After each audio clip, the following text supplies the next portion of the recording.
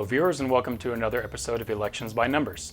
Today we are talking about the Show Me State, or the Gateway to the West. I'm talking about Missouri. Missouri is the unfortunate state that has been the victim of both the most powerful earthquake recorded in United States history and the most destructive tornado in United States history. The earthquake occurred in the year 1811 and had an estimated magnitude of about 8.0 on the Richter scale. And the notorious tri-state tornado occurred in 1925. It swept through Missouri and Illinois and Indiana and killed nearly 700 people.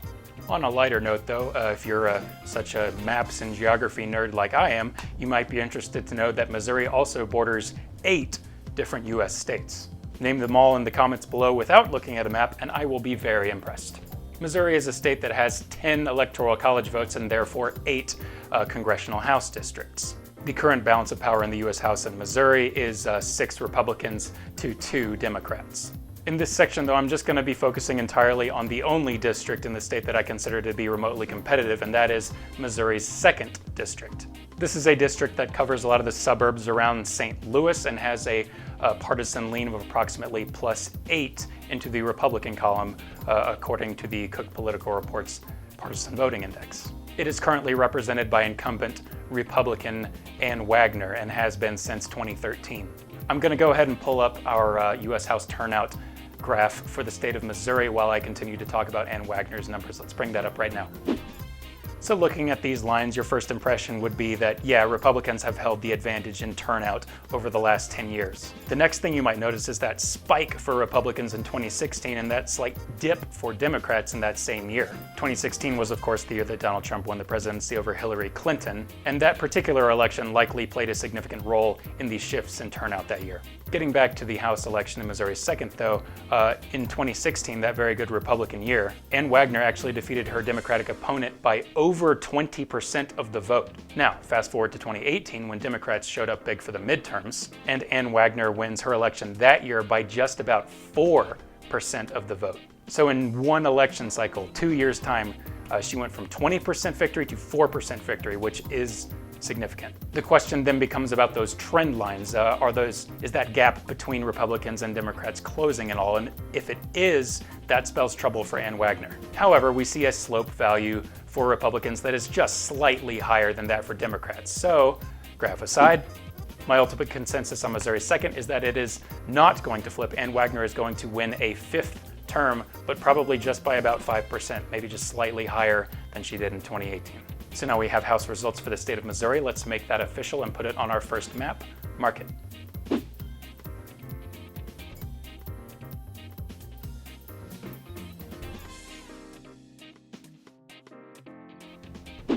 Missouri is one of a handful of states that is having a gubernatorial election this year. Incumbent Republican Governor Mike Parson is running for his first full term this year. I say first full term because he actually assumed his role as governor of the state on June 1st, 2018. He filled in for outgoing Republican Governor Eric Greitens when he resigned amid scandals. To make a long story short, Eric Greitens was facing at least 2 felony charges that I'm aware of. One had to do with invasion of privacy and the other had to do with computer tampering. Ultimately, he faced potential impeachment and felony charges, so he resigned to have the charges dropped against him and his lieutenant governor filled in for him. But in spite of his predecessor's sordid history, Mike Parson is actually enjoying pretty good net positive approval from his constituents. He is, as of this video, enjoying about +25 net positive approval rating. So he at least has that going for him, but now let's take a look at some voter turnout ratios to see how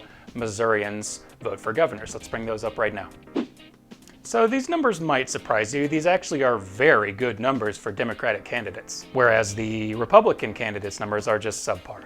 The most recent gubernatorial election in Missouri was 2016, and Eric Greitens only received 89.51% of the votes that all Republican House candidates received that year. His Democratic opponent received 122.67% of the votes that all the Democratic House candidates received that year. So you would think that the Democrat would have won that year, but remember, this is all relative to the raw House turnout within the state, which favored Republicans heavily, if you'll remember. What's also good news for Republicans from these numbers is the approximately 11% decrease from 2012 to 2016 for Democrats, and the roughly 10% increase in that ratio for Republicans from those same years. If that trajectory continues, then Republicans running for governor in the state will either be matching or improving upon the Democrat opponents' numbers. So now let's take what we know about U.S. House turnout numbers, about voter ratios, and about Mike Parson's approval rating, and look to Pollbot and see if we can calculate whether or not we think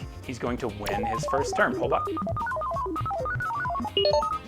And there you have it, Mike Parson winning his first term in 2020 by about 17.6% of the vote. He just has approval numbers in his favor. He has U.S. House turnout in his favor. The trajectory, anyway, of those voter ratios is moving in the right direction for his party. So now we have gubernatorial results for the state of Missouri. Let's make that official and put it on our next map. Mark it.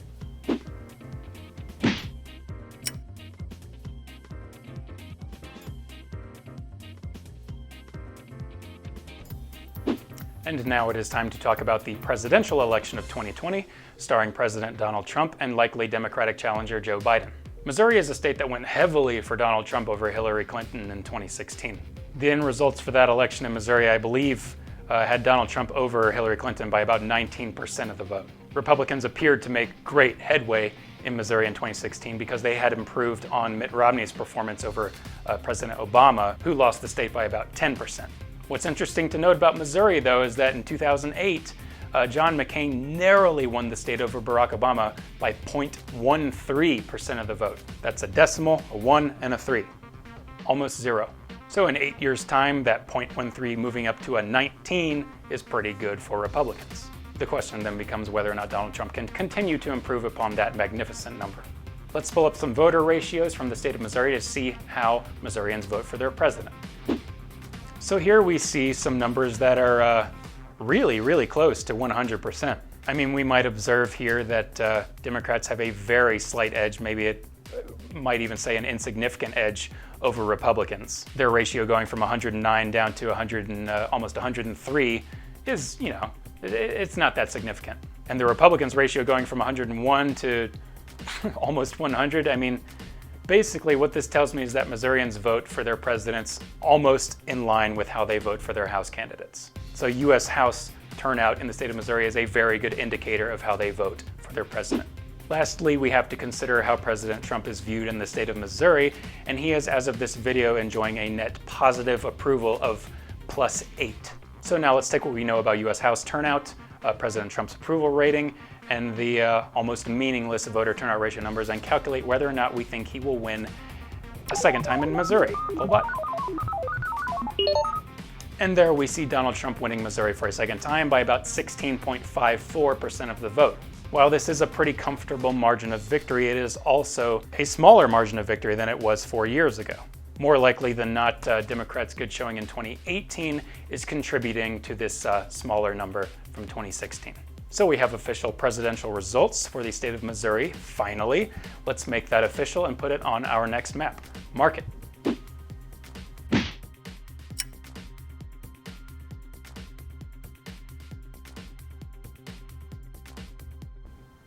So we finally have all of our election results for the state of Missouri. Let's talk briefly about the state's future politically. Let's bring up an old line graph and two new ones and get into this. So here you're looking at the U.S. House turnout line graph that you were seeing earlier in the video. What you're seeing here is consistent, better turnout from Republicans than Democrats in the state, and a gap that just has not started closing this decade. Republicans are showing a slope value of 59.3 versus the Democratic slope of 56.1. What this basically means is that Republicans are getting 3,200 more votes each 2 years relative to Democrats. So Republicans are still breaking away from Democrats, but very slowly. What I found particularly interesting about Missouri, though, are the estimated trend lines for the rate of increase or decrease in those voter turnout ratios. Going back to the beginning of the decade, we see Democratic gubernatorial candidates enjoying a much greater voter turnout ratio. In other words, the number of votes that a Democratic gubernatorial candidate would receive in a given year is much greater than the total number of votes cast for Democratic House candidates running in the same year. And for Republican candidates, it's the opposite. The Republican candidate would receive fewer votes than the total of Republican House candidates running that year. However, we see that gap closing slightly, but with Democratic candidates still well over 100 and Republicans well below. The presidential to House voter turnout ratios are, they're hovering right around 100%. I kept the same range in the y-axis for both of these graphs so you could see how much of a difference there is. Democrats in Missouri are just barely giving more votes to presidential candidates than their House candidates. And ultimately, it doesn't mean much when you remember that Republicans turn out greater numbers for House candidates. Okay, let's toss those graphs aside and I'll give you the short answer about Missouri. It is becoming more Republican. We've seen a near electoral tie in the state of Missouri in 2008, and just 8 years later it going to the Republican candidate Donald Trump by 19%. And even though I've predicted he'll win by a smaller margin this year, I believe the state is going to vote pretty heavily Republican in the years to come. Missouri will likely have a Republican governor and 2 Republican senators through the end of the 2020s. And that just about does it for our latest episode of Elections by Numbers. I want to thank you, the viewer, for tuning in today. If you like what you saw, please hit the subscribe button to get updates on new content as it becomes available. I upload videos every Monday and Thursday. I'm also on Twitter, and I do update that account with which state I'll be covering next ahead of the scheduled release date, so if you want to stay ahead of the curve, please give me a follow on Twitter, and that link is in the description. Thanks again for watching, and thank you for voting. See you next time.